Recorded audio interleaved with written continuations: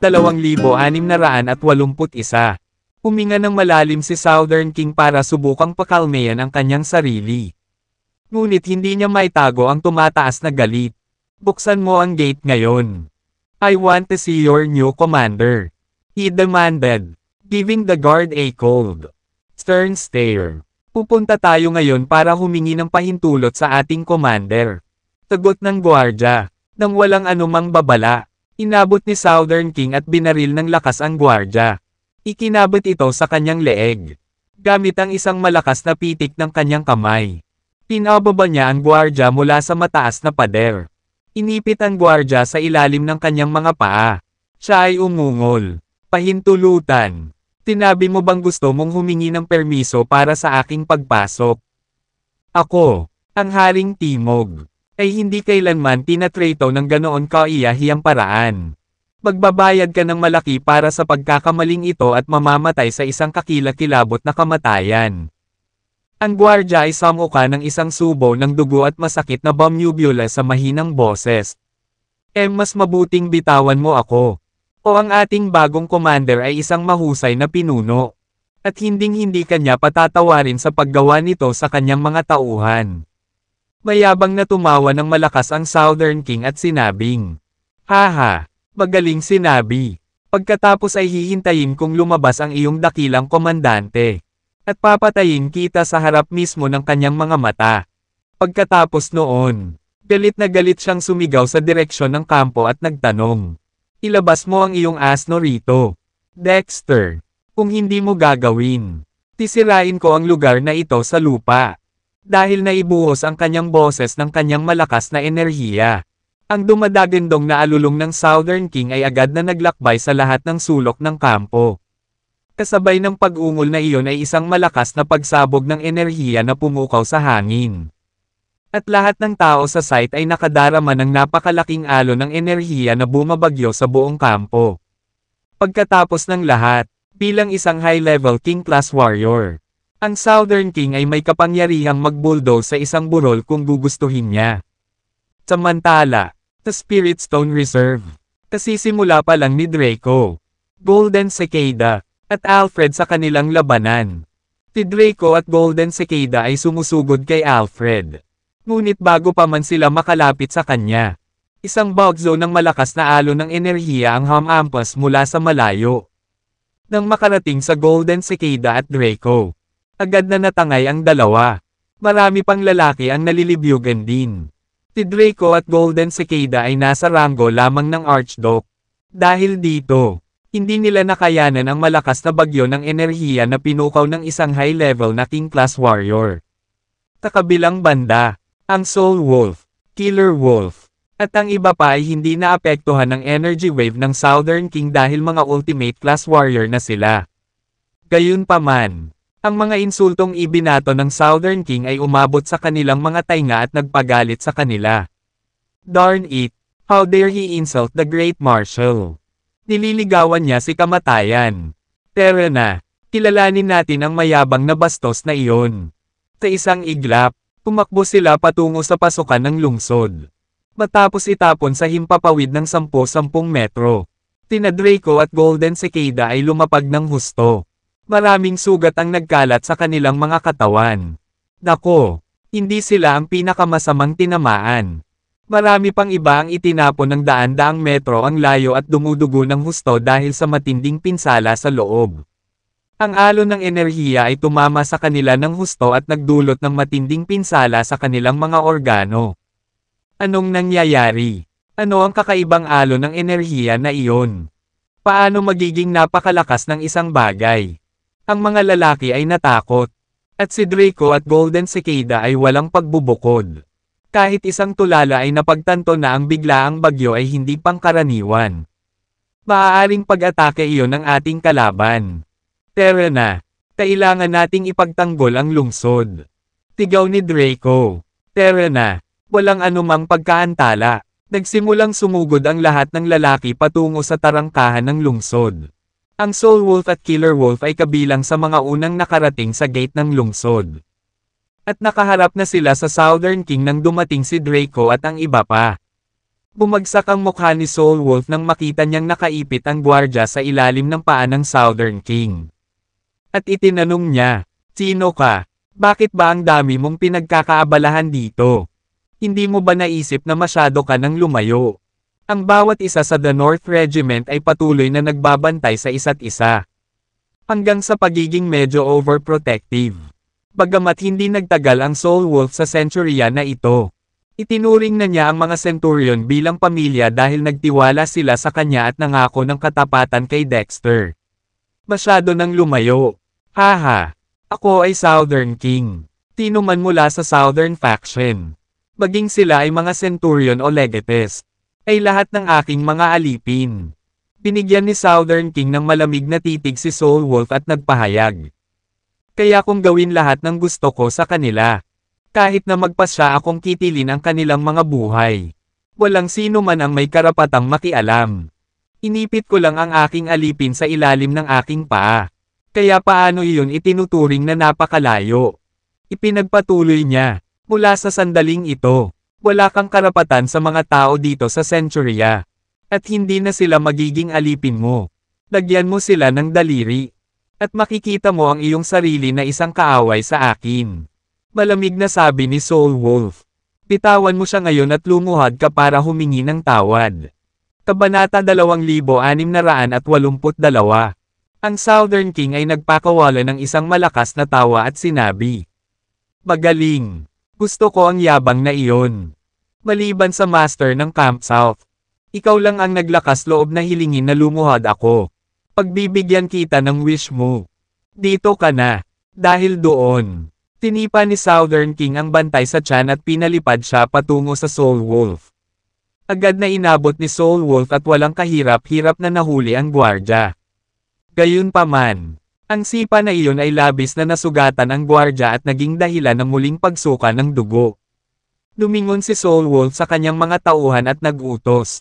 Tumawag kaagad ng tulong at ipagamot siya. Sige, kaagad. Nagpadala si Draco ng mga tagubilin para sa medical team na asikasuhin ang gwardya. Kasabay nito, pamulong siya sa tainga ni Soul Wolf at sinabing, ang taong ito ay ang commander ng Southern Factions Legions. Napakalakas niya at talagang hindi pushover. Kahit 10 ako baka hindi niya kapareha. Siguro kailangan na nating kunin si Mr. Cruz para harapin siya. Dagdag ni Draco. Bamantong hininga ang Soul Wolf sa hindi makapaniwala at hindi makapaniwala. Southern King. Aking paa. Para sa akin. Isa lang siyang overrated na lalaki. Umalis ka dito. Madudurog ko siya gamit ang isang daliri. Si Draco ay nag-angat ng mukha. Habang nagdududa siya sa Soul Wolf at iniisip na siya ay sobrang kumpiyansa. Hindi kumbinsido sa katiyakan ni Soul Wolf. Tumingin siya sa Phoenix para humingi ng tulong. Naintindihan naman ni Phoenix ang tahimik niyang pakiusap at tahimik na umalis sa eksena para hanapin si Dexter. Kung tutuusin, si Phoenix lang sa buong lungsod ang maglalakas loob na mang-abala kay Dexter. Sunod, maririnig ang Soul Wolf na nagbubuntong hininga ng malungkot at nagsasabing, "Sus, sabi ko bitawan mo siya. Huwag mo siyang papalipad pabalik." Gayun din, paano ang pagluhod upang humingi ng tawad? Kailangang turuan ng leksyon ang mga taong hindi nagpapapansin. Sa iyong ugali, mukhang ikaw si Dexter, ang bagong commander ng Centuries. Pagtatapos ng Southern King. Siyempre hindi na natin kailangang problemayan si Dexter. You should be honored I bothered to lift my finger to deal with you. Mabilis at matalim ang sagot ni Soul Wolf. Inis na sumigaw si Southern King. Ikaw ay mayabang na pump. Sabihin mo kay Dexter na ilabas mo ang kanyang puwet dito ngayon din. May score ako para makipag-ayos sa kanya. Tatandaan kita sa mga insultong ibinato mo kay Dexter. Pero bago tayo pumasok dyan, baka pwede mo munang sabihin sa amin kung ano ang sama ng loob mo kay Dexter. Tanong ni Soul Wolf. Pumuso si Southern King at sinabing, pinatay ninyo si Speedy. Paano ka makakabawi dyan? Speedy bullied our guards. So binayaran ko siya with interest. Mata para sa isang mata. Kaya walang maaaring sisihin sa amin para sana. Pero hindi namin siya pinatay. Well, At least buhay siya noong umalis siya rito. Tagot ni Soul Wolf. Hindi yan binili ni Southern King. Kanina, kinumpirma ng mga tauhan mo na pinatay mo si Speedy. Tapos ngayon itinatanggi mo. Paano mo inaasahan na maniniwala ako sa iyo? Tino ang umamin na pumatay kay Speedy. Nakakunot ang noo ni Soul Wolf at naguguluhan na nagtanong. Mabilis na pumasok si Draco at sinabing, maaari kong aipangako ko na hindi namin pinatay si Speedy. Southern Master, pinarusahan namin siya at pagkatapos ay pinakawalan namin siya. Nasaksihan ko rin si Speedy na umalis sa lugar na ito nang walang anumang nakamamatay na pinsala. Dagdag ni Golden Cicada, sa iyong ugali, mukhang ikaw si Dexter, ang bagong commander ng Centuries. Pagtatapos ng Southern King. Lalong tumindi ang galit sa mga mata ni Southern King nang makita niya sina Draco at Golden Cicada. Ang dalawa sa kanila ay nakasunod sa kanya sa paligid at walang katapusan sa kanya. Ang kanyang hiling ay ang kanilang utos, at sila ay kumilos sa paraang alipin sa kanya. Siya ay nagalit na kahit ang mga naturang bootlickers ay nagtaksil sa kanya. Gayunpaman, habang nag-uusap ang dalawa ng buong katapatan, nag-aalinlangan siya at nagsimulang isipin na maaaring walang kinalaman ang mga Centuria sa pagkamatay ni Speedy. Maaaring ang Northern Faction ay sinusubukang i-frame ang mga ito upang magdulot ng hidwaan sa pagitan ko at ng Centuries. Nagsimulang maghinala si Southern King kay Johnny at ibinato ang isang nagdududang sulyap sa kanyang direksyon. Inihanda ni Johnny ang senaryo na iyon.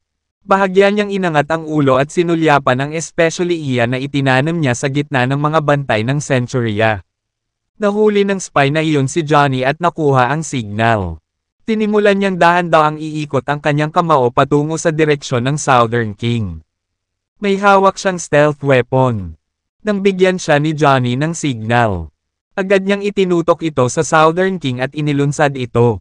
Agad. Isang makamandag na pilak na karayom ang bumaril ng napakabilis patungo sa Southern King. Bilang isang high-level King-class warrior, ang Southern King ay nagkaroon ng mabilis na reaksyon.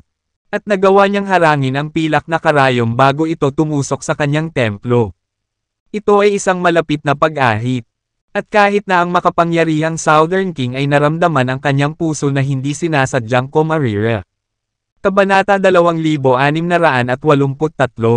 Kanina, nakatuon ang atensyon niya kay Johnny habang pinagtatalunan niya kung dapat pa ba niyang ipagpatuloy ang pagtitiwala sa huli. Habang si Southern King ay malalim na naiisip sa kanyang mga iniisip. Isang sipol na tunog ang umalangaw-ngaw. Halos hindi na niya maagaw ang pilak na karayom na iyon. Kung ang pilak na karayom na ito ay tumago sa aking templo, ako ay malubhang nasugatan. Kung hindi namatay. Pagkatapos, kumakalat ang nakakapang-alab na sensasyon sa kanyang palad. Mabilis niyang ibinuka ang kanyang kamay at sinipat iyon. Napansin ni Southern King na ang bahagi ng kanyang balat na nadikit sa pilak na karayom ay naging itim na para siyang nasunog ng asido. Ang pilak na karayom na ito ay lason. Kung natusok nito ang aking templo, hindi sana ako nakararanas ng malubhang pinsala. Mawawala na sana ako ng buhay. Mabilis niyang itinapon ang pilak na karayom at tinitigan si Golden Cicada at Draco na may dugong mga mata. Itong mga kasuklam-suklam, walang hiya, at mayabang na B****starred. Malinaw na sinisikap nilang gambalain ako sa kanilang paliwanag upang ang mga gwardya sa itaas ay mapatay ako gamit ang mga nakatagong armas. Napakatalino ng pamamaraan. Muntik na akong madaya. Sa sandaling iyon, hindi na nag-alinlangan ang Southern King sa dahilan ng pagkamatay ni Speedy. Sigurado akong pinatay ng Southern Faction Centuries si Speedy. Papatayin pa nga nila ako. Southern King. Nang walang pag-aalinlangan dahil lang sa hindi naging maganda ang usapan namin. Lalo pa ang isang maninangil ng renta tulad ni Speedy. Ha! Humisi siya habang nakatitig kay Golden Cicada at Draco. Wala ka bang balak na ipaliwanag sa akin ang tungkol sa Silver Needle na ito? Sa palagay ko ay wala nang ibang nakakatakot sa iyo dahil naglakas loob ka pa ring patayin ako. Ang Haring Timog. Nagulat din sina Golden Cicada at Draco sa hindi inaasahang pangyayari. Sino ang bumaril ng pilak na karayom? Ipakita ang iyong sarili.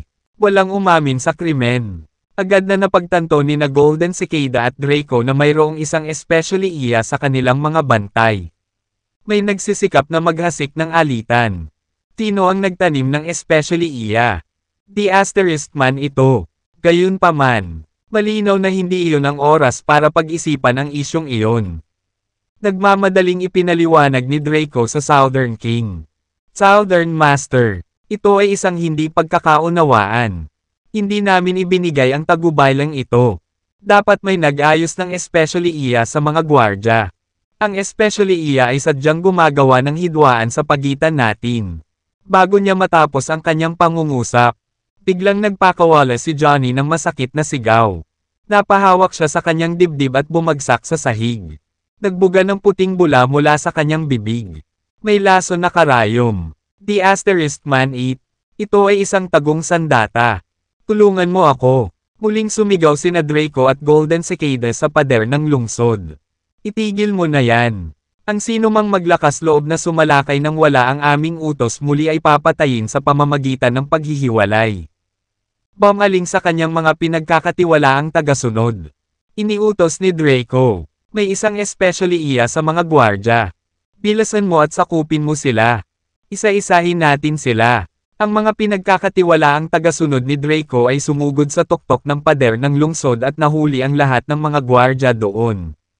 Natural. Naaresto rin ang especially iya sa mga gwardya. Wala siyang planong tumakas dahil sinira na niya ang lahat ng ebidensya. Kaya naman, tiwala siyang hindi siya makikilala ni Draco bilang especially iya. Nagulat din sina Golden Cicada at Draco sa hindi inaasahang pangyayari. Sino ang bumaril ng pilak na karayom? Ipakita ang iyong sarili. Sa pagkakataong iyon, bahagyang nagtatakang tinitigan ng especially iya si Johnny na nakahandusay sa sahig. Hindi ako nagpaputok ng karayom at tiyak na hindi ako makakasama kay Johnny. Paano siya nasugatan? Gayunpaman, hindi nagtagal upang malaman niya kung ano ang nangyari. Si Johnny ay hindi natama ng anumang karayom. Nag-aartista lang siya.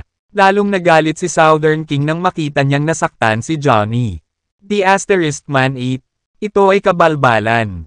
Sabay tawag dito ni Dexter. Gusto ko siyang labanan sa isang deathmatch. Sabi ni Soul Wolf. Isang deathmatch. Ha? Naniniwala ka bang kayang tapusin ni Dexter ang iyong buhay sa isang umutot? Hindi na kailangan pang harapin kanya ng personal. Ako na lang ang magpapasaya sa'yo. Maghintay ka. Ang Killer Wolf ay nagmamadaling humakbang pasulong. Soul Wolf, napaka-inconsiderate mo. Ito ay isang magandang pagkakataon sa pagsasanay. Bakit hindi mo kami hayaang hawakan siya? Kami ay lubhang nangangailangan ng karanasan sa labanan. Tumango rin sina Alfred at Tyler. Tama, siya ang ating biktima. Tumigil ka sa pakikipagkompetensya sa amin. Sumagot si Soul Wolf. Fine. I'll let you all handle him then. Iniisip ko lang kung paano madudumihan ang aking mga kamay kung kailangan kong patayin siya. Isang nakakatakot na ngiti si Alfred. Ang taong ito ay talagang maituturing na kakilakilabot sa Thias Island. Ngunit siya, sa pinakamahusay, ay kasing lakas ng isang sanggol bago sa akin. Mapapawi ko silang lahat sa isang casual na suntok lang. Natatawang sabi ni Tyler. Isang suntok? Tigilan mo na kami sa kahihiyan. Madudurog ko sila sa isang daliri. Kabanata 2684. Tinabi ng Killer Wolf. Kailangan pa ninyong dalawa na gamitin ang inyong mga kamay para talunin sila. Maniwala ka man o hindi. Kaya ko silang panasan sa pamamagitan ng pagbahin. Sabi ni Alfred. Killer Wolf. Aminado kaming ikaw ang pinakamalakas sa aming tatlo. Gayunpaman. Hindi alintana kung gaano ka ka-Jose. Walang paraan na mapapatay mo sila sa isang pagbahin. At si Tyler, tinabi mo bang madudurog mo sila gamit ang isang daliri? Masyado yata kayong nagyayabang. Sagot ni Tyler, hindi ka naniniwala sa akin. Ayos lang. Hayaan mong patunayan ko sa iyo. Sabi ni Killer Wolf. Pero na, nagkataon. Nakaramdam na ako ng ganang humirit. Hindi ko kakayanin kung hindi ko ilalabas. Napatango si Alfred. Sabay na tayo. Tapos, lahat tama. Hindi nagtagal. Tinapos ng trio ang kanilang diskarte. Pumalun sina Killer Wolf at Tyler sa magkasalungat na direksyon, na nakapalibot sa Southern King at sa 10 Ruthless Warriors sa isang triangle formation. Sa sandaling iyon, galit na galit si Southern King. Mga bastos na B***starred. Tinabi mo bang papatayin mo kami sa isang suntok, dudurugin ng isang daliri, at papahirin sa isang pagbahin? Napakahusay. Takasong iyon. Tatasahin ko ang iyong mga kakayahan sa pakikipaglaban. Lalaki. Atake. Patayin silang lahat. Mamatay. Ang 10 Ruthless Warriors na dinala ng Southern King ay matagal nang nagalit. Matapos magbigay ng utos ang Southern King, tumugod sila kay Alfred na parang mabangis at marahas na kabayo. Mumisi si Alfred. Pagkatapos, casual niyang sinuntok ang mga ito. Sa kabila ng tila hindi nakakapinsalang suntok na iyon. Talagang puno ito ng napakalaking lakas. Ang lakas ng isang ultimate class warrior. Kahit na isang kaka-rating lang sa level na iyon, ay hindi kayang hawakan ng isang king class warrior tulad ng Southern King. Ang enerhiya ni Alfred ay dumaan patungo sa Southern King. At sa pagtama, ang Southern King ay agad na nawalan ng kontrol sa kanyang katawan at lumipad paatros.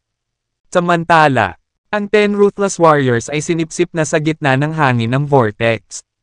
Tinangka ni Southern King na lumaban. Ngunit ang kanyang enerhiya ay masyadong mahina. Parang nilamon ng buhawi ang simoy ng hangin.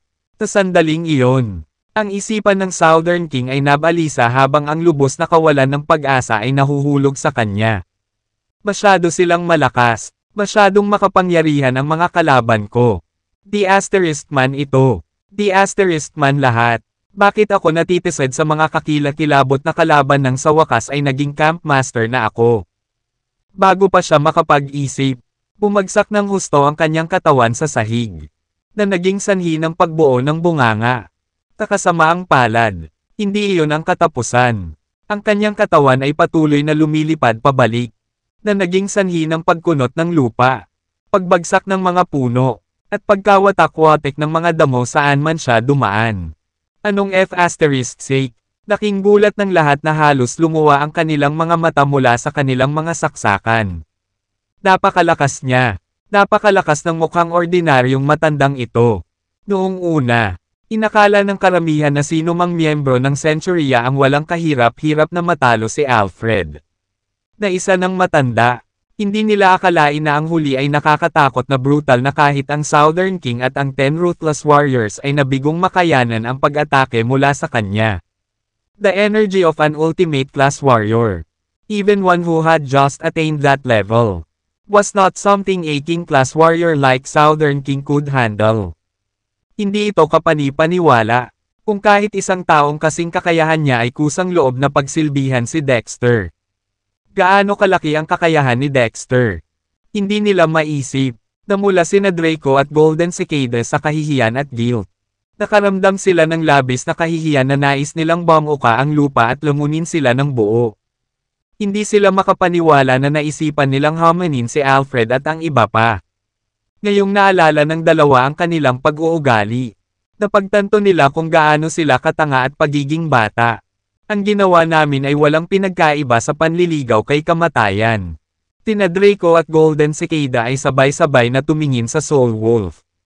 Kasalanan lahat ito ng Soul Wolf. Hindi natin masasaktan ang isang elite warrior tulad ng Killer Wolf kung hindi naghasik ng alitan sa pagitan natin ang Soul Wolf. Siguradong sinasadya niya ito. Tama iyan. Tingin sa kanilang kaalaman. Mas malakas pala talaga si Soul Wolf kaysa sa trio dahil ang kanyang husay sa pakikipaglaban ay katumbas ng pinagsamang lakas ni na Alfred at Tyler. Ang Southern King ay isang mandirigma na nakaranas ng hindi mabilang na mga labanan. Kung tutuusin, mabilis niyang nabawi ang kanyang pakiramdam mula sa pagkagulat at hinayla ang sarili. Halatang hindi tayo kalaban ng ating kalaban. Ang tanging magagawa ko na lang ngayon ay tumakas. Sa puntong iyon, wala na siyang pakialam sa 10 Ruthless Warriors at Johnny. Habang unti-unting humihinto ang kanyang gumugulong na katawan, napahigi siya sa sahig at sinubukang gumapang palayo sa pinangyarihan.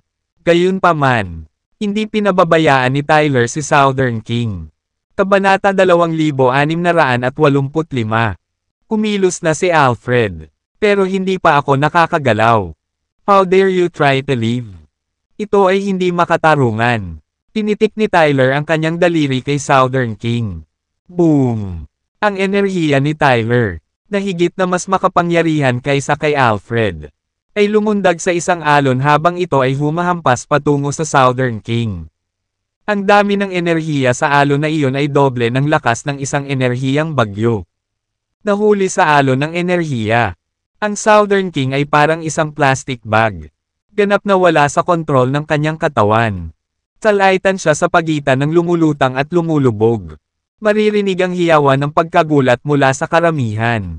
Isang daliri lang ang ginamit ni Tyler sa pinakamahusay na Southern King. Bakit napakalakas ng mga matatanda ngayon? Ang mas matanda, mas matalino talaga. Ang alon ng enerhiya ay umuuga sa loob ng magandang 10 minuto bago unti-unting humina. Ang kanyang damit ay punit-punit. Ang Southern King ay hindi naging maganda ang ayos pagkatapos nito. Ang kanyang mukha ay bagbog sa buong katawan. At siya ay nag-aalinlangan sa loob at labas ng malay. Subconsciously, lumuhad siya sa lupa. Humihingi ng awa. I was wrong. I'm sorry. Please forgive me. Bumantong hininga si Killer Wolf. Oh, kalimutan mo na. Dahil nakakaawa ka, hindi ako gagawa ng paraan. Dahil sa pasasalamat, nagmamadaling yumuko si Southern King bilang pagsusumamo. Walang paraan na maipagpatuloy niya ang kanilang mga pag-atake. Ang pag-atake ay hindi na kailangang magmula sa isang tao ng kalibre ni Alfred o Tyler. Sa kanyang kasalukuyang estado, isang ordinaryong mandirigma ang makakapagpabagsak sa kanya sa isang sipa. Ang mga mata ni Southern King ay namamaga na hindi na siya makakita ng malinaw. Bahagya siyang yumuko sa harap ng malabong anyo. Nasa halip ay isang malaking puno. Bamuka ang bibig ni Killer Wolf habang humihinga. Nang marinig ito, ang Southern King ay nagluwa ng isang bibig ng dugo. Babahing si Killer Wolf. Magiging kasing lakas kaya ang pagbahi ni Killer Wolf gaya ng kanyang inaangkin. Sa sobrang lakas na susuntukan niya ako. Ang sagot ay halos tiyak. Dahil ito ay lubos na posible. Tinabi ni Alfred na ilalabas niya sila sa isang suntok. At ginawa niya iyon. Tinabi ni Tyler na tatapusin niya ang mga ito sa isang daliri lamang at nangyari na rin iyon. Pagkatapos ng lahat ng iyon, walang dahilan upang mag-alinlangan sa Killer Wolf, na nag-claim na maaari niyang patayin ang mga ito sa isang pagbahing. Achoo! Bago pa makapag-isip si Southern King, bumahing si Killer Wolf gaya ng ipinangako. Sa kanilang tatlo, ang mga kakayahan ni Killer Wolf ang pinakamalakas. At siya rin ang may pinakamalakas na enerhiya. Ang dami ng enerhiyang nalabas mula sa kanyang pagbahin ay mas malakas kaysa sa enerhiya ni Tyler at Alfred. Kaagad, ang eksena ay naging isang sentro ng enerhiya. Ang enerhiya doon ay laganap at matindi. Pinuputol at dinudurog ang lahat sa kanyang kalagayan. Takabutihang palad. Ang Golden Cicada at ang kanyang mga kasama ay nakatayo sa pinakalabas na layer. Kaya naman, mabilis silang naka-attrest. Ang Southern King, sa kabilang banda, ay hindi gaanong pinalad. Naipit sa epic enter ng enerhiya. Ang kanyang laman ay tuloy-tuloy na ginutay-gutay ng enerhiya na matutulis na parang kutsilyo. Ang mga mata ni Southern King ay namamaga na hindi na siya makakita ng malinaw. Bahagya siyang yumuko sa harap ng malabong anyo. Nasa halip ay isang malaking puno. Kung dati lang siya nasaran ng husto, ngayon ay tuluyan na siyang nasalanta. Ang kanyang buong katawan ay namula. Halos parang nalaglag ang isang layer ng balat. Kung siya ay isang ordinaryong mandirigma o kahit isang taong may ranggo na archduke, siya ay napawi o nawala ng buhay. Gayunpaman, ang Southern King ay isang king-class warrior. Ang kanyang pagtitiis ay higit pa sa limitasyon ng isang normal na tao. Ang lawak ng pinsalang ito ay hindi sapat para patayin siya. Hindi alintana. Nakabitin lamang siya sa pinakahuling sinulid habang ang kanyang katawan ay nanginginig ng hindi mapigilan. Bumisi si Killer Wolf. Akala ko ay mas makapangyarihan ka dahil kumilos ka ng mayabang. Masyado yata akong na-overestimate sa'yo. Nag-ipon ng isang huling bit ng lakas. Ang Southern King ay kumapit sa isang malaking puno at kahit papaano ay nagawa niyang itayo ang sarili. Tinitigan niya ang Killer Wolf at ang iba pa na may komplikadong ekspresyon. Di malakas kayong tatlo. Tiyak na nakamit mo na ang ranggo ng Camp Master.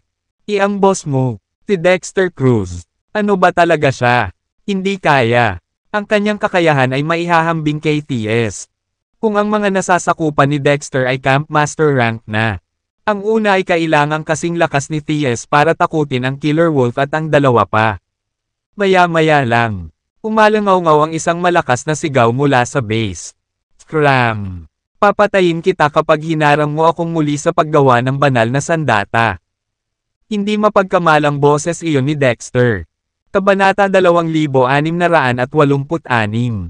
Ang boses ni Dexter ay napuno din ng isang siksik na pagbabago-bago ng enerhiya na nakadirekta sa Southern King. Bago pa maintindihan ng huli ang nangyayari, natangay na siya ng enerhiya at pinalipad. Nawala sa paningin ng karamihan sa isang kisap mata. Ang mga tao ay namangha sa mga pangyayari. Sa isang pangungusap lang, pinalis na ni Dexter si Southern King. Hindi isang labis na pananalita ang sabihin na ang kanyang salita ay batas. Ang reputasyon ni Dexter at ng iba pa ay naging mas misteryoso sa paningin ng mga tao mula sa TS Island. Ikinaway ni Soul Wolf ang kanyang kamay. Sige, tapos na ang playtime. Bumalik sa iyong mga gawain. Panlabas na pangkat ng manggagawa. Mangyaring linisin ang larangan ng digmaan. Sandali, biglang sumigaw si Killer Wolf. Draco at Golden Cicada, mangyaring maghintay. Pumalon ang kanilang mga puso. Dumating na ba ang oras sa wakas? Tapos na tayo para. Marami sa mga naunang umaalis ay bumagal din. Gusto rin nilang masaksihan ang mga mangyayari. Nanawagan si Killer Wolf kina Draco at Golden Cicada na may intensyon na ipagpatuloy ang kanilang sparring match.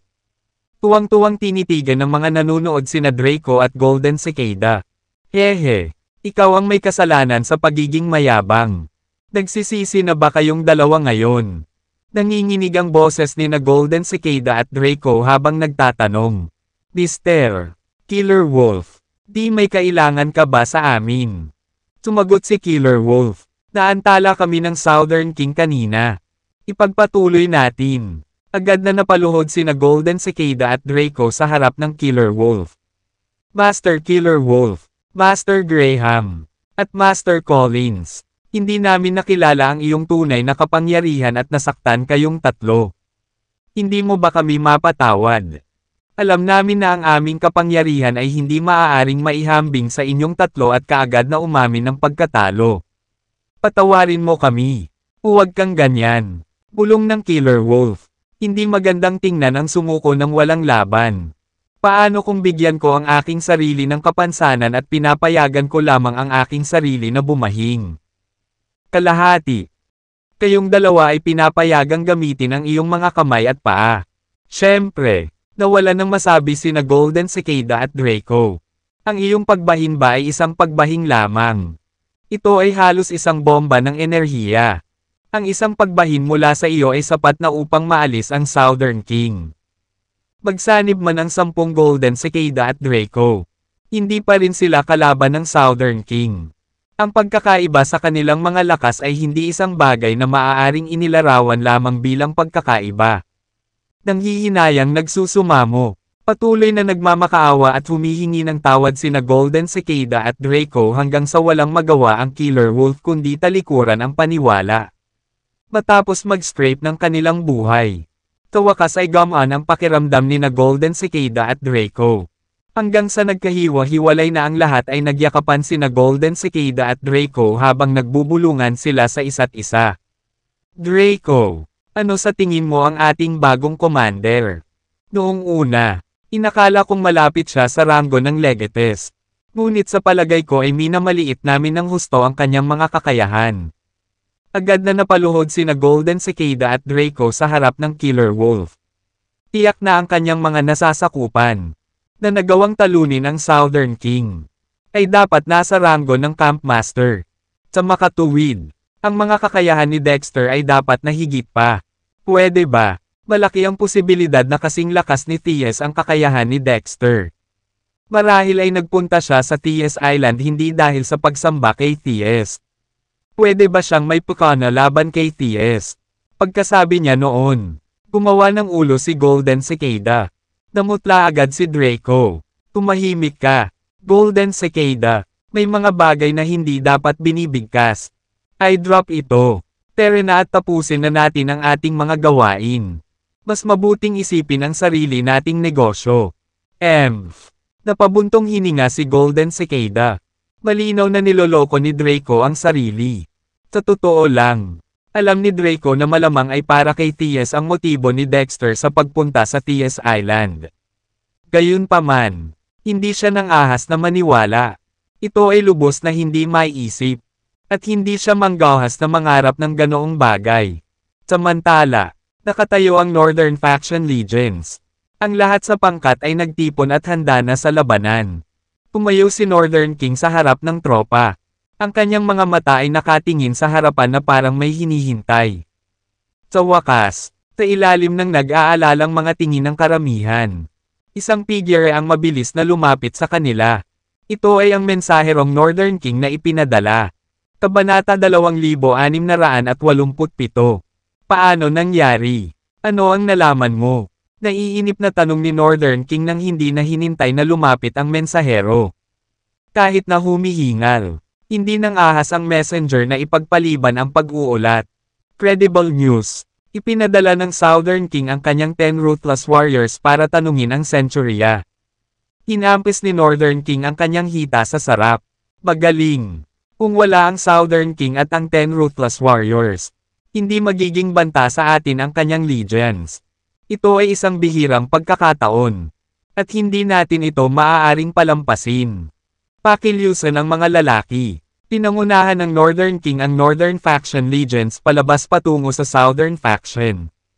Sa paglipas ng mga taon, ang Southern Faction ay hindi kailanman nang ahas na salakayin ang Northern Faction dahil ang Southern King ay palaging nag-iingat sa Northern King at sa kanyang Suicide Squad. Katulad nito, ang Northern Faction ay hindi kailanman nang ahas na salakayin ang Southern Faction dahil ang Northern King ay palaging natatakot sa Southern King at sa 10 Ruthless Warriors sa ilalim ng kanyang command. Nang malayo ang Southern King at ang 10 Ruthless Warriors, ang Southern Faction ay naiwang walang pagtatanggol tulad ng isang porcupine na walang quills. Kaya, ang Southern Faction ay mas ilya sa mga kamay ng Northern Faction. Pinlano ng Northern King ang lahat. Pagdating doon, papatayin niya ang mga mandirigma ng Southern Faction bago itapon ang mga elder para pahinain ang puwersa ng kalaban. Sa ganoong paraan, magiging huli na ang Southern King at ang 10 Ruthless Warriors sa kanilang pagbabalik. Hindi nagtagal, dumating ang partido sa kampo ng Southern Faction. Walang ginagawa at walang bantay. Ang Southern Faction Legions ay wala pa ring kaunting simoy ng panganib. Maging ang mga gwardya ay tulog sa duty. Hindi nila napansin ang batalyon na Northern Faction Legions. Kahit na dumating sila sa loob ng 1 kilometro mula sa base ng Southern Faction. Ang plano ng Northern King ay magiging mas maayos kaysa sa inaasahan niya. Lumapit ang hukbo sa base ng Southern Faction. 900 metro, 700, 500. Nang wala pang 300 metro ang layo nila ay napagtanto ng mga tao ng Southern Faction ang kanilang presensya. Hanggang sa sandaling iyon, ang gwardya ng Southern Faction ay hindi nakapansin ng anumang panganib. Tumigil ka, sinong pumunta doon? Tigaw niya sa Northern King. Hindi siya nakilala. Kami ang Northern Faction Legions. Nagmamadaling sagot ng Northern King. Narito upang makita ang Southern King. I see. Malamig na sabi ng guard. Nakipag-appointment ka na ba sa kanya? Hindi. Simpleng sabi ni Northern King. Walang sino man ang pinapayagang makita ang Southern Master nang walang appointment. Deklare ng gwardya. Maaaring umalis ka agad. Ang aking paglalakbay dito ay upang gumawa ng nasabing appointment. Paliwanag ng Northern King. Kung gayon, natatakot ako na narito ka sa masamang oras. Sabi ng gwardya, wala si Southern Master ngayon. Mangyaring bumalik sa ibang araw. Hindi nagtagal. Dumating ang partido sa kampo ng Southern Faction. Walang problema. Kaya nating maghintay. Maaari ka. Pagsang-ayon ng gwardya. Ngunit mangyaring gawin mo ito 1 kilometro ang layo. Habang umaabot ng 1 kilometro ang ating turf. Kasalukuyan kang lumalabag. Ang Northern King ay nagbigay ng masasamang ngiti. Maraming mabangis na hayop sa labas. At nag-aalala ako para sa kaligtasan ng aking mga tauhan. Ipaalam sa amin Samilong sa loob ng iyong mga pader. Umalaklak ang guard. Kakatwa. Ano ang nagbigay sa iyo ng impresyon na gagawin namin ang ganoong bagay? Napakawalang muwang. Mas mabuti pang umalis ka. Kung hindi, mapipilitin kaming paalisan ka. Sa isang biglaang paglukso, dumaong si Northern King sa pader ng lungsod sa isang kisap mata.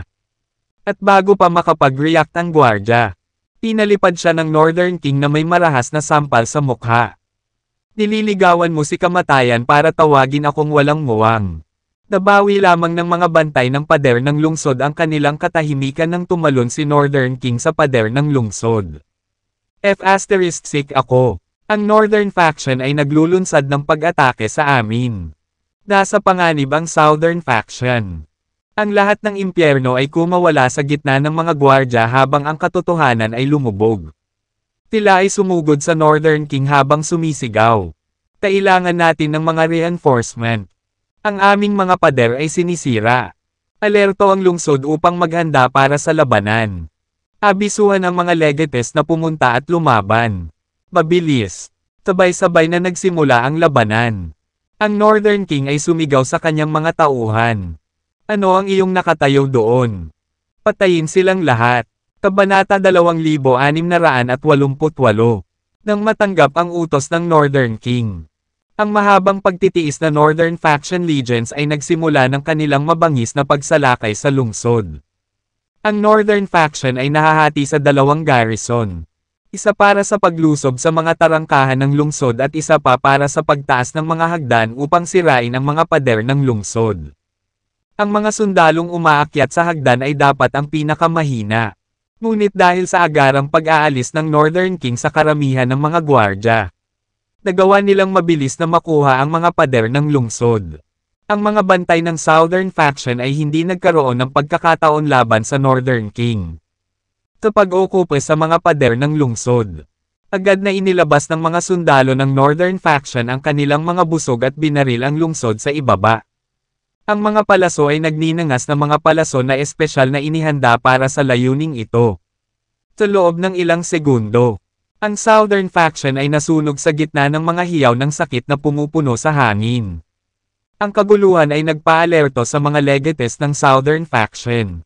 Ang 10 legates ay mga mandirigma ng King Class. Sa isang paglukso, nakarating sila sa ibabaw ng mga pader ng lungsod at nagsimulang magbuhos ng dugo ng mga sundalo ng Northern Faction. Mga legates ng Northern Faction. Pakinggan mo ako. Tigaw ng Northern King. Opo, Ginoo.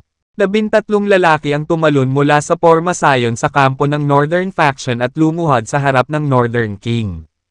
Patayin ang lahat ng mga legates ng Southern Faction. Tigaw niya. Sa isang nakakatalam na sigaw ng labanan. Ang 13 legates ng Northern Faction ay sumugod patungo sa 10 legates ng Southern Faction. Na nabigla sa lugar. Ano ang nangyayari? Sa pagkakaalam natin, ang Northern Faction ay mayroon ding 10 legates. Kailan pa sumapi sa hanay ang 13 mandirigma para maging legates? Godman 8. Ang Northern Faction ay dapat na lihim na nagal-inang ng 3 karagdagang legates. Yung mga makulat na F***ers. Malayo sa pagiging walang ginagawa. Ang Northern King ay sumugod patungo sa 10 legates ng Southern Faction kasama ang kanyang mga tauhan. Na sinakop ang 4 na legates sa kanyang sarili. Pakinggan mo ako, mga legates ng Northern Faction. Tanggalin ang iba pang 6 na Southern Faction legates ng may pagmamadali. Hahawakan ko itong 4 para sa iyo. Sa kanyang utos, idiniin ng 13 legates ng Northern Faction ang kanilang kalamangan laban sa 6 na natitirang Southern Faction legates. Nang hihigit sa 2 sa isa. Ang mga Southern Faction legates ay pinigilan sa lahat ng direksyon nila. Walang magawa laban sa walang awa na pagsalakay. Malapit na silang gumuho dahil sa kawalan ng pag-asa. Tapos na ang lahat. Mamamatay lang tayo kung lalaban pa tayo. Kasunod ng pagbagsak ng dalawa sa kanilang bilang. Tapat na ang natitirang mga legates. Suko kami. Maawa ka, Northern King. Pagsilbihan ka namin. Napangisi si Northern King. Yung sumuko. Lumuhad at ipinatong ang dalawang kamay sa ulo mo. Ang mga lumalaban. Maghanda para sa iyong pagkamatay. Tasandaling magsalita siya. Ang natitirang 8 Southern Faction Legateos ay ipinatong ang kanilang mga kamay sa kanilang mga ulo at lumuhad bilang pagsuko. Napanood nila ang labanan ng mga karaniwang sundalo at nakita na sinakop ng Northern Faction ang mga pader ng lungsod. Na tila may ganap na kalamangan. Ang mga sundalo ng Southern Faction ay nabigla sa isang antas na hindi nila kayang maglagay ng kahit isang onsa ng pagtutol. Napagkawala ng kanilang moral. Ang pagsuwi ng mga miyembro ng Southern Faction ay lalong humina. Far from being idle, Northern King dashed toward the 10 legateeuses of the Southern Faction alongside his men. Tibduang 4 legateeuses on his own. Nang makita ang pagsuko ng kanilang mga legates, gumuho ang diwa ng pakikipaglaban ng mga sundalong ito. Maging ang mga legates ay sumuko na. Bakit kailangan nating magpatuloy? Mamamatay lang tayo kung patuloy tayong lumalaban. Sumusuko ako. Maawa ka, Northern Master. Paglilingkuran ka namin ng may walang hanggang katapatan. Maawa ka. Pakiusap. Sumuko na ako. Huwag mo akong patayin. Yung sumuko. Lumuhad at ipinatong ang dalawang kamay sa ulo mo. Ang mga lumalaban. Maghanda para sa iyong pagkamatay. Ang Northern King ay umungal muli. Dahil doon, halos lahat ng tao sa Southern Faction ay napaluhod. Ang natitirang dakot ay mga loyalista ng Southern King. At nilalabanan pa rin nila ang kanilang buhay. Sa pamamagitan ng welga sa bawat isa. Casual na itinapon ng Northern King ang mga taksil. Ang base ng Southern Faction ay unti-unting natahimik. Umiling si Northern King. Ang kanyang planong pag-atake sa lungsod ay naging mas madali kaysa sa inaasahan niya. Ang buong proseso ay tumagal ng wala pang kalahating oras, na halos walang nasawi sa kanilang panig. Sa wakas ay pinagsama ko na ang lahat ng legion sa ilalim ng aking pamumuno. Kahit bumalik si Southern King, hindi siya maglalagay ng banta sa akin. I wonder kamusta na siya ngayon. Sigurado akong may nangyaring salungatan sa pagitan niya at ng Centuries. Sa pagsasalita nito, dapat kong pasalamatan ang bagong pinuno ng Centuries para sa aking maayos na pananakop sa kampo ng Southern Faction. Siyempre, deserve din ni Johnny ang kredito sa bahaging ginampanan niya. Kung hindi dahil sa pagbabalik niya kay Speedy, hindi na sana naidudulot ang salungatan sa pagitan ng Southern King at ng Centuries. At hindi sana umalis si Southern King sa Southern Faction para bigyan ako ng pagkakataong ito. Kabanata 2689. Tatagumpay ng plano ng Northern King. Hindi niya aabalahin ang kanyang sarili sa kaligtasan ni Johnny dahil wala nang silbi si Johnny sa kanya. Ang kanyang susunod na layunin ay upang sakupin ang bawat sulok ng lungsod upang pagsamahin ang kanyang awtoridad. Matapos utusan ang kanyang mga tauhan na mabilis na kunin ang lahat ng bagay sa lungsod at sakupin ang bawat sulok. Umalis siya upang alamin ang sitwasyon sa mga forge para sa mga banal na sandata. Ang pinakamahalagang mga kalakal sa mga legions ay ang Spirit Stones, espiritual na bakal, at banal na sandata. Samantala, unti-unti nang bumabawi ang timog na hari mula sa kanyang pagkatulala sa mga kagubatan sa kalaliman ng bundok. Matapos mapatalsik sa lamig ng enerhiya ni Dexter, namulat lamang siya pagkatapos ng gabi. Gulong-gulo ang kanyang isip, at ang kanyang katawan ay pumipintig. Matagal siyang nakabalik sa katinoan. Biglang bumalik sa kanya ang kanyang pagsubok sa base ng Centuries sa matingkad na detalye. At bumilis ang tibok ng kanyang puso sa takot. Nakakatakot na makapangyarihan ang bagong commander. Kung alam ko lang, hindi sana ako makikipag-away sa kanya. Napakahina ng Southern King na pakiramdam niya ay maaaring mamatay siya anumang oras. Mabilis siyang umupo ng naka-cross-legged para i-compose ang sarili at ini-channel ang kanyang energy para ayusin ang pinsala sa kanyang katawan. Kaya naman, nagninilay-nilay siya buong gabi hanggang sa maging matatag ang kanyang vital signs. Sandaling makakaya niya. Nagsimula siyang bumalik sa kanyang isip sa pag-ikot. Masyadong makapangyarihan si Dexter. Ang Southern Faction Legions ay mawawalan ng kalaban sa kanya. Bakit hindi sumumpa ng totoo sa kanya? Sa ganoong paraan, mapapalakas ang ating lakas. At maaari pa nating sakupin ang Northern Faction gamit ang lakas ng bagong pinuno. Ma'am, yan ang gagawin natin. Binilisan niya ang kanyang lakad. Naglalayong dalhin ang Southern Faction Legions na sumama sa layunin ni Dexter. Gayunpaman, hindi niya alam na sinakop ng Northern King ang Southern Faction Legions. Natuklasan ng mga gwardya ang Southern King nang lumapit siya sa kampo ng Southern Faction at agad na iniulat ang insidente sa Northern King. Na nakikiusap sa kanya na tingnan. Sa sandaling iyon, ang Northern King ay nasa reservang Spirit Stone. Nag-iingat ng espiritual na bakal at banal na mga sandata. Isang mapanuksong ngiti ang lumitaw sa kanyang mga labi sa tunog ng ulat ng kanyang mga lalaki. Naging masaya si Southern King sa pagmamalaki tungkol sa pagkuha sa Northern Faction sa higit sa isang account. Ngayong nakuha ko muna ang Southern Faction. Hindi ako makapaghintay na makita ang hitsura ng kanyang mukha kapag nalaman niya ito. Ipakita sa kanya at dalhin siya sa palasyo. Gusto kong makita ang ekspresyon niya. Sabay-sabay. Sir, isang magulo na Southern King ang sumugod sa pasukan ng lungsod. Buksan ang gate. Angal niya. Mabilis na binuksan ng mga gwardya ang mga tarangkahan para sa Haring Timog. Na hindi pa napansin na iba ang mga gwardya. Ang totoo ay wala siyang ideya kung sino sa kanyang mga tauhan ang nagbabantay sa mga tarangkahan ng lungsod. Bilang mataas at makapangyarihang hari sa Timog, ang usapin ng mga tauhan ay hindi isang bagay na inaalala niya mismo. Dexter is too powerful. The Southern Faction Legions would be at a loss to make an enemy of him. Why not swear fealty to him? That way, our might would be bolstered.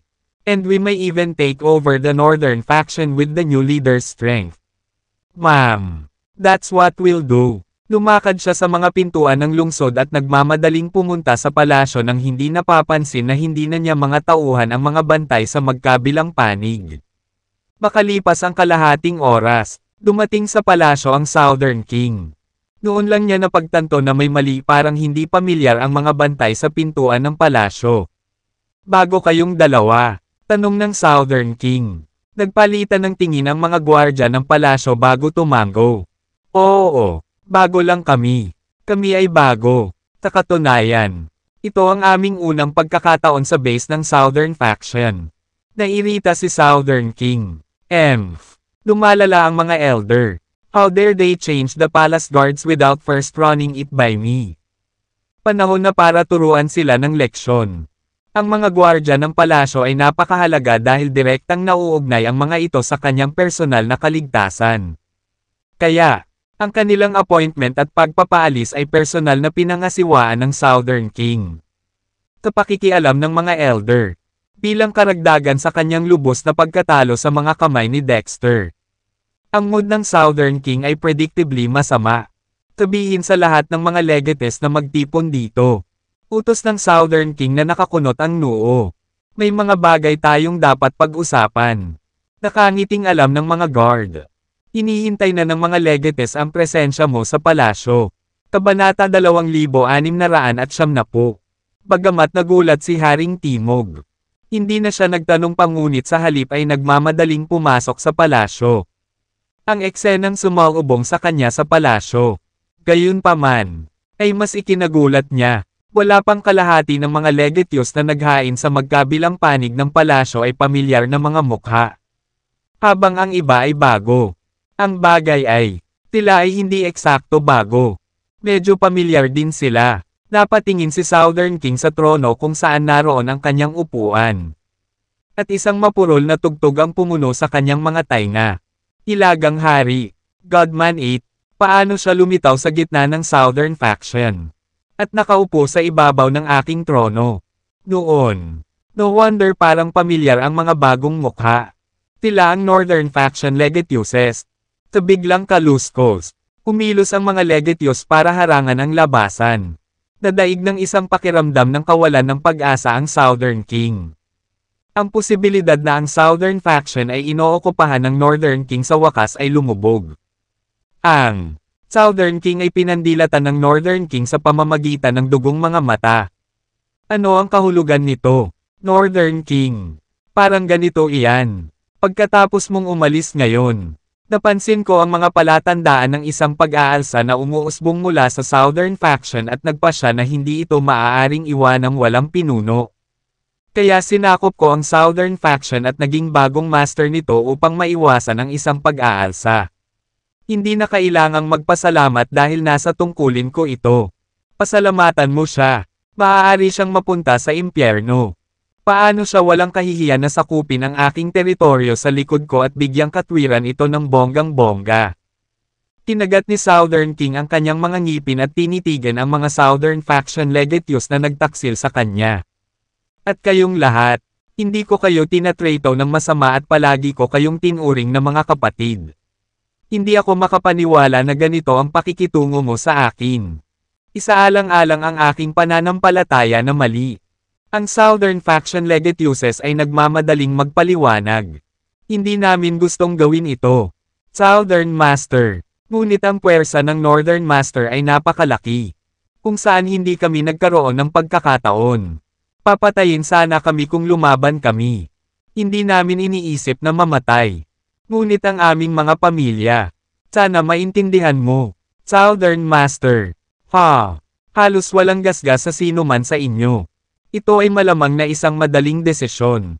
Tagot ni Southern King. Ang mga Southern Faction legatees ay nahiya kaya napayuko sila. Dahil totoo na sumuko sila ng walang gaanong laban. Iilan lang ba sa inyo ang handang lumaban sa tabi ko? Tanong ni Southern King. Hindi naman tayo mas mahina kaysa sa kanila kung magsanib puwersa tayo. Hindi man natin sila matalo. Malaki ang posibilidad na makatakas tayo. Dahil sa aming mga kakayahan.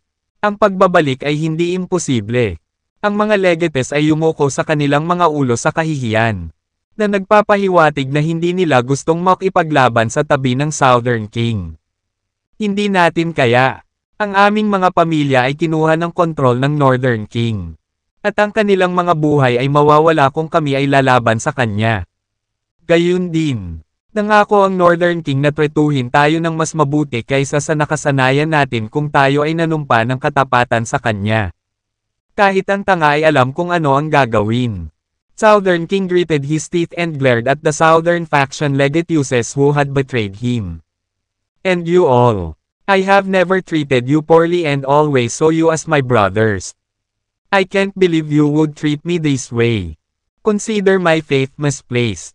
Isang mapait na tawa ang ginawa ni Southern King.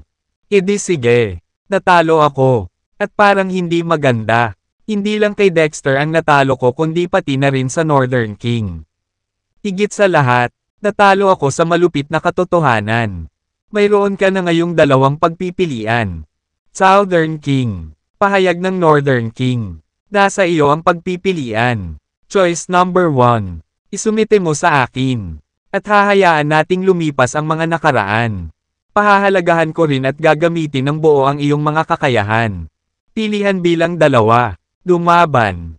At papatayin kita. Ang alok na iyon ay natural na umaabot sa iyong pamilya. Huminga ng malalim si Southern King. I have no other choice. Parang, lumuhad siya sa harap ng Northern King. Ang aking espada ay sa iyo.